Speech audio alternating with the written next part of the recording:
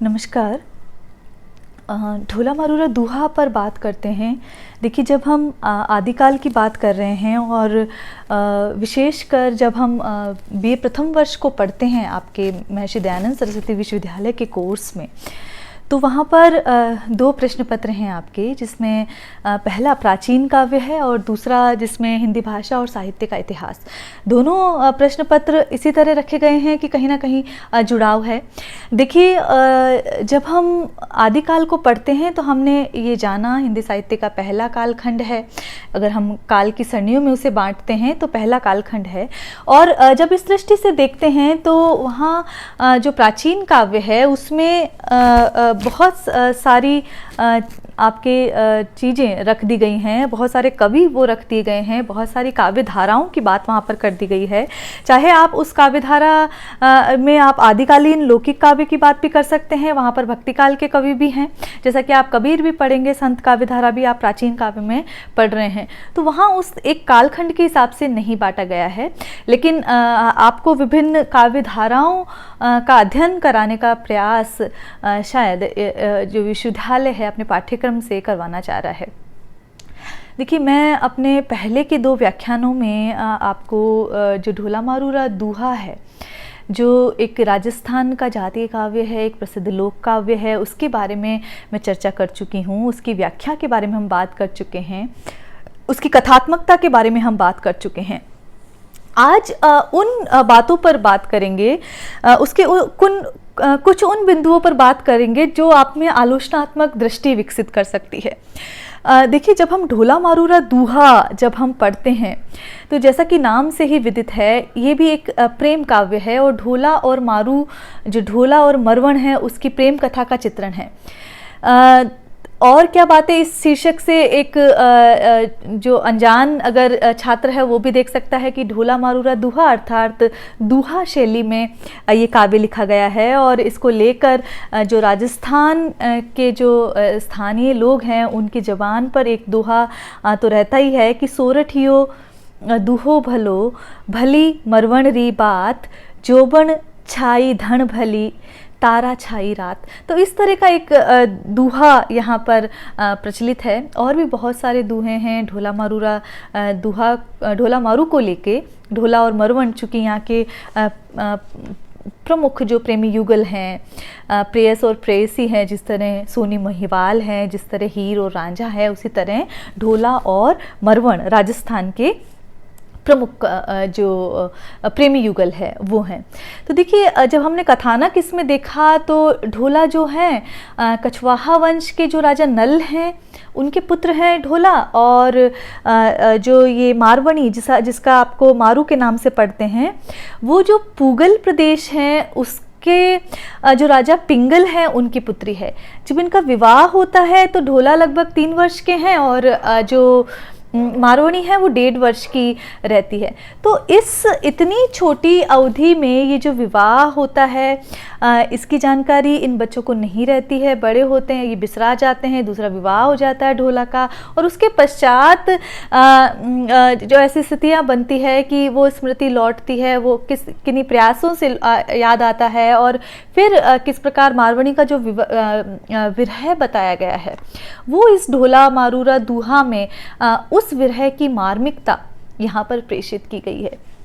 तो देखिए, जब हम ढोला और मारू के दूहे को देखते हैं तो आदिकाल के अगर प्रमुख प्रवृत्तियों के आलोक में देखें तो आदिकाल में जो प्रमुख प्रवृत्तियाँ रही हैं, चाहे वो रासो काव्य धारा रही है या सिद्ध काव्य धारा रही है, जैन साहित्य रहा है, नाथ साहित्य रहा है, तो उसी प्रकार से किसी बंधी बंधाई परंपरा में ना लिखकर वहाँ पर लौकिक विषयों पर ग्रंथ लिखने की भी एक परंपरा रही, जिसमें हम राउल बेल से मांग सकते हैं। और उसी में ये जो है ढोला मारूरा दूहा लिखा गया, वहाँ वसंत विलास लिखा गया, वहाँ जयचंद प्रकाश लिखा गया, वहाँ जयमयंक जस चंद्रिका जैसी रचनाएं दिखाई देती हैं। तो ये सारे लौकिक काव्य की श्रेणी में आते हैं। जब हम ढोला मारूरा दूहा को देखते हैं तो देखिए, ये 11वीं शताब्दी का एक लोक भाषा काव्य है। 11वीं शताब्दी में लिखा गया है। और 11वीं शताब्दी में लिखा गया, लेकिन इसके मूल रचनाकार कौन है ये नहीं पता है, क्योंकि इसका जो है कहीं लिखित रूप नहीं मिलता है। लेकिन दूहा घना पुराना अच्छे, ये जो पंक्ति मिलती है उससे इस बात की ये तय है कि ये जो दोहे हैं बहुत पुराने हैं, बहुत प्राचीन हैं। ये अपने आप प्राचीनता की ओर स्वयं ही संकेत करती है। तो इसके बाद में अगर हम देखें, इसकी जब रचनाकार को टटोलते हैं या इसकी प्रामाणिकता को देखते हैं, तो 17वीं शताब्दी में कुछ चीज़ें मिलती है जिसमें कुशल राय वाचक ने ये जो ग्रंथ हुआ है इसमें कुछ चौपाइयाँ जोड़कर इसको विस्तार प्रदान किया। लेकिन ये कब? 17वीं शताब्दी में ये बात हमें मिलती है। तो ये सारी बातें हैं।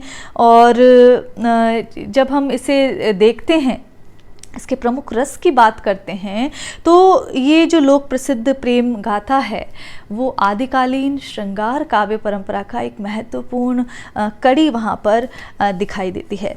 तो देखिए, जैसे कि मैंने पहले भी कहा कि राउल बेल के जो कवि हैं, रोड़ा जो कवि हैं, जो वो प्रेम की जो परंपरा प्रारंभ करते हैं, उसी का नावीन्य, उसी की एक दिशा हमें ढोला मारूरे दूहा में देखने को मिलती है। और इसी का विस्तार हम बाद में हम जायसी में भी देखते हैं, हम बिहारी की नायिका में भी देखते हैं। यद्यपि बिहारी की नायिका प्रोढ़ा है, वो समझदार है, वहाँ पर बिहारी का भी कला पक्ष हावी है, भाषा की सामासिकता का ध्यान है, बिहारी बहुज्ञ है, तो उन सारे रूपों से वो अपनी नायिका को भी और प्रवीणा बता देते हैं। तो लेकिन यहाँ जो हम नायिका का देखते हैं, वहाँ पर भी विरह की जो अधिकांश अंतर्दशाएं हम यहाँ पे भी देखते हैं, चाहे वो स्मरण हो चाहे मरण हो, वहाँ पर स्वरभंग है, जो उनका जो है वर्ण वैवर्ण्य वाली जो चीज़ें हैं, वो सारी चीज़ें वो यहाँ पर भी देखने को हमें मिलती है। लेकिन चूंकि ये लौकिक काव्य है, तो यहाँ पर लोक रूढ़ियों का जो प्रयोग यहाँ पर कवि ने किया है, लौकिक घटनाओं का जो जिक्र किया है, वो बहुत ही मौलिक रूप से यहाँ पर किया है। और इसी का विस्तार हम आगे भी देखते हैं, चाहे वो जायसी। मुझे अनायास ही ढोला मारूरा दूहा को जब मैं उसकी मारवाणी को पढ़ती हूँ, तो मुझे जायसी की नागमती बहुत अधिक याद आती है। जब मारवाणी चाचरी नृत्य करने की बात कहती है, तो मुझे नागमती याद आती है, क्योंकि जायसी भी ये जो लोक रूढ़ी है, ये जो तीज त्योहारों की जो परंपरा है वो उठाते हैं। यहाँ पर जो तीज की बात की गई है कि मेघा पहली तीज तक नहीं आ जाते हो, तो जो वीचे बहली वाहला, तो ऐसी बात जो ये कहती है, वहाँ पर भी 12 मासा पद्धति का चित्रण है। तो देखिए किस प्रकार, जैसा कि हम बार बार कहते हैं, आदिकालीन जो समूचा काव्य है वो विभिन्न काव्य धाराओं की पूर्व पीठिका तैयार करता है। तो ये इस तरह से पूर्व पीठिका तैयार करता है, जब हम सिद्ध साहित्य और नाथ साहित्य की बात करते हैं, तो सिद्ध साहित्य और नाथ साहित्य से संत काव्य धारा का आप विकास देखिए, वहाँ पर जितने भी काव्य प्रवृत्तियाँ वहाँ दिखाई देती है, चाहे गुरु की महिमा का गुणगान हो, चाहे माया का विरोध वहाँ पर देखने को मिलता है, चाहे जीवन की क्षणभंगुरता का चित्रण है, जो एक मुफलिसी अंदाज है, या फिर जो सब कुछ त्याग देने की प्रवृत्ति है, या एक फक्कड़ जीवन जीने की जो शैली है, वो सारी चीज़ें हम सिद्ध और नाथ से हमने पाए हैं, और वो संत काव्य धारा में उसका विस्तार हमें देखने को मिलता है। तो इसी तरह जब हम श्रृंगारिक काव्य परंपरा को देखते हैं, तो मारवाणी और नागमती और बिहारी की नायिका कहीं ना कहीं एक समत्व पर खड़ी दिखाई देती है, और उसका प्रारंभ कहीं ना कहीं मारवाणी से हुआ जान पड़ता है। तो देखिए इस तरह जब हम देखते हैं, तो ये ढोला मारूरी दूहा है, वो इन प्रेम परंपरा की जो काव्य है, इसकी एक मूल कड़ी यहाँ पर सिद्ध होती है। देखिए मूल रूप दोहा है, हमने कहा है, और ये दोहे श्रृंगार रस की जो परंपरा को प्रारंभ करते हैं कि श्रृंगार जैसा जो महत्वपूर्ण रस है, वो एक इस छोटे से जो 4 चरणों का 2 पंक्तियों का जो दूहा है, जो छंद है, उसमें कितने गांभीर्य से भर दिया जाता है, तो वो हम देखने को मिलता है। और फिर यही आगे विस्तार हम कबीर में भी पाते हैं, और फिर हम प्रेमाख्यान काव्यों में पाते हैं और बिहारी की नायिका में भी पाते हैं। तो जब हम देखते हैं तो मारवणी के वियोग और संयोग के चित्र इस दोहे जैसे छोटे से छंद में बहुत ही मार्मिक बन पड़े हैं। सारी अंतर्दशाएं आ गई हैं यहाँ पर, और सारे भाव सौंदर्य का चित्रण हम यहाँ पर देखते हैं। देखिए, अब जब काव्य भाषा की बात करते हैं तो काव्य भाषा के रूप में तो आप इन नायिकाओं या इन काव्यों को अलग अलग ठहरा सकते हैं, है ही अलग अलग। जब हम आदिकाल के इस ग्रंथ की जो लौकिक ग्रंथ है, जब हम इसकी बात करते हैं तो इसकी जो काव्य भाषा है वो डिंगल काव्य भाषा है, डिंगल शैली में लिखा गया है। और डिंगल क्या है, देखिए जब हम आदिकाल की बात करते हैं तो अपभ्रंश, बहुत अधिक अपभ्रंश का प्रयोग हुआ है। तो अपभ्रंश और राजस्थानी के मेल से जो भाषा बनती है, हमने उसे कहा कि ये डिंगल काव्य शैली है। इसी तरह अपभ्रंश का नाना क्षेत्रीय रूपों से योग हुआ, और अपभ्रंश और ब्रज का जब योग होता है तो हमने उसे कहा कि पिंगल शैली में ये रचना लिखी गई। तो इस तरह जो डिंगल और पिंगल शैली में जो काव्य रचना करने की प्रवृत्ति रही, वो इस कालखंड में बहुत अधिक देखने को मिलती है।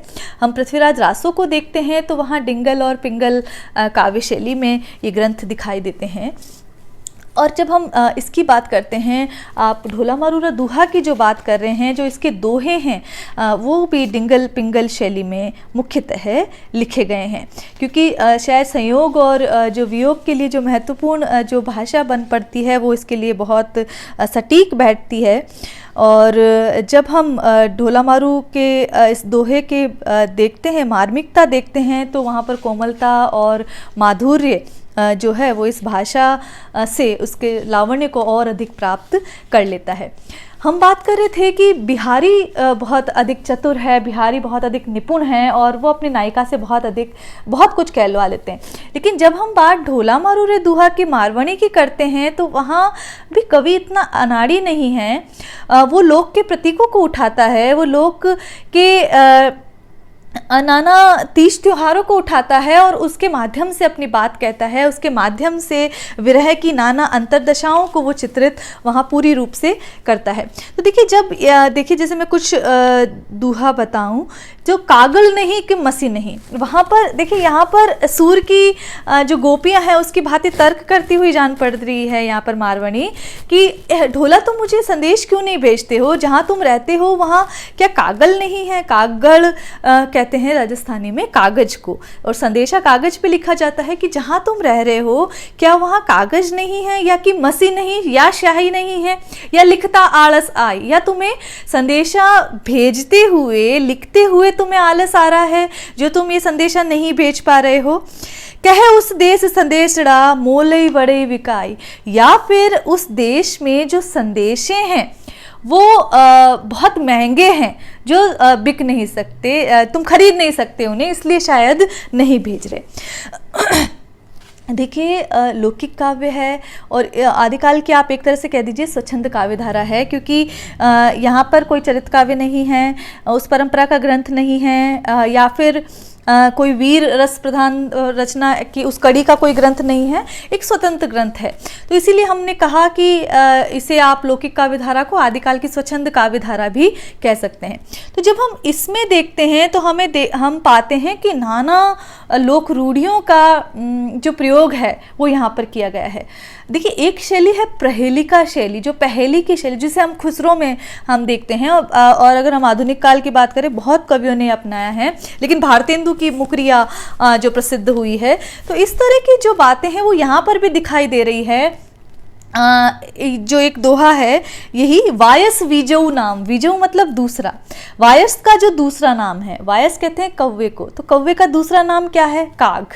वायस वीजऊ नाम, मारवणी कह रही है कि वायस वीजऊ नाम, कि वायस का जो दूसरा नाम है, क्या नाम है, इसे बुझाना है तो काग है। आगली लल्लवू ठवई, उसके आगे ल को यदि रख दिया जाए तो क्या बनेगा? कागल। तो और कागल किसे कहा जाता है? कागज को। जई तू हुई सुजान तऊ तू वही लऊ मोखले। यदि तू सुजान पुरुष है, यदि तू चतुर पुरुष है, यदि तुझे अपने प्रेयसी की वाकई चिंता है, ते तऊ तू वहिलो मोकले। वहिलो मतलब भेजना, मोकले मतलब बहुत अधिक संख्या में। यदि तू चतुर सुजान पुरुष है, यदि तू आदर्श पुरुष हो अगर तुम ढोला, तो तुम अपनी स्त्री को, तुम अपनी मारवणी को वो बहुत अधिक संख्या में भेज दो। तो ये कहने की, अपनी बात को कहने की जो उक्ति वैचित्र्य है वो यहाँ पर देखा जा सकता है, जो कहीं ना कहीं बिहारी में बहुत अधिक देखने को मिलता है। बिहारी की नायिका के चित्रण में बहुत अधिक है ये चीज़ें। तो वहीं पर वायस विजो नाम, उसके आगे आगली लल्लऊ ठवई, उसके आगे जो ल वर्ण रख देने से जो शब्द बनता है, यदि तुम चतुर सुजान हो तो वो मुझे बहुत अधिक संख्या में भेज दो। तो इस तरह की बहुत सारी बातें हैं और बहुत सारे मार्मिक चित्रण हैं। जब वो कह रही संदेशा मति मोकली, संदेशा मत भेजो प्रीतम तुम ही आ जाओ, आंगुलियाँ ही गड़े गया। जो अंगुलियाँ हैं वो जो इंतज़ार करते करते जो मेरे अंगुलियों के पोर जो है वो ही घिस गए हैं, तो मैं दिनों की गिनती नहीं कर सकती। तो इस तरह के बहुत सारे चित्र जब हम ढोला मारू रे दोहा में देखने को हमें मिलते हैं। और इसी दृष्टि से जो ढोला मारू रा दोहा ये जो काव्य है, ये एक महत्वपूर्ण रचना, महत्वपूर्ण लोक भाषा काव्य बन जाता है पश्चिमी हिंदी प्रदेश का या राजस्थान का। सोरठियो दूहो भलो जो हमने ये कहा है, बहुत ही इस ग्रंथ के लिए और इसके काव्य रूप के लिए ये दोहा बहुत अधिक सटीक जान पड़ता है। एक और बात, जब हम इसमें अलंकारों की बात करते हैं, देखिए यहाँ पर किसी प्रकार का रोपण नहीं दिखाई देता है, किसी प्रकार का बुनावट यहाँ पर नहीं दिखाई देती है। यहाँ पर बहुत ही सरल तरीके से बात की गई है। यहाँ पर उपमा अलंकार आप देख सकते हैं, यहाँ पर रूपक के प्रयोग आप देख सकते हैं, उक्ति वैचित्र्य है, काकू वक्रोक्ति आपको देखने को मिलती है। यहाँ पर जो प्रहेलिका शैली है वो आपको देखने को मिलती है। पूरा 12 मासा चित्रण आपको देखने को मिलता है, जो आप बाद में नागमती में इस परंपरा का विकास हम देख सकते हैं। तो ये सारी प्रवृत्तियाँ आपको देखने को मिलती है। लेकिन एक राजस्थान का जो महत्वपूर्ण अलंकार है वैण सगाई अलंकार, वो भी हमें यहाँ पर देखने को मिलता है, जो हमें सूर्यमल मिश्रण की वीर सतसई में जिसे बहुत अधिक देखने को मिलता है। तो वो भी यहाँ पर ये काव्य शैली के रूप में आप देख सकते हैं। तो ये सारी चीज़ें हैं जो ढोला मारू रा दोहा को महत्वपूर्ण बनाती है। और जब हम इस बात को बार बार हम कहते हैं, हम क्यों कहते हैं कि आदिकाल जो है हिंदी साहित्य के परवर्ती कालखंडों की नाना प्रवृत्तियों का बीज रूप में प्रस्फुटन काल जो कहते हैं, या फिर कहीं ना कहीं बीज वपन काल जो संज्ञा हमने दी है वो क्यों दी है? क्योंकि नाना प्रवृत्तियां, चाहे हम संत काव्यधारा की प्रवृत्तियों को देख लें, हम प्रेमाख्यानक काव्य परंपरा की प्रवृत्तियों को देख लें, हम श्रृंगार काव्य परंपरा की प्रवृत्तियों को देख लें, उसके जो प्रारंभिक रूप हैं वो हमें आदिकाल में स्पष्ट दिखाई देते हैं। आप सिद्ध नाथ काव्य परंपरा का विकास संत साहित्य में देख सकते हैं। नाथ साहित्य की जो उलटबासी शैली है, जो जिसमें उल्टी बात कहने को, पानी बिच बिच मीन प्यासी मोहे सुन सुन आवत हासी, तो इस तरह की जो उल्टी बात कहने की जो बात कहने, उलटबासी जो है, जिसमें एक तरह से चौंका दिया जाता है और एक प्रभावी व्यंजना की बात जो की जाती है, उस शैली का विकास भी हम नाथ साहित्य से देखते हैं। और फिर उसमें कबीर में या संत काव्यधारा में इसका विकास हम देखते हैं, बावरी साहिबा के उसमें हमने ये विकास देखा है।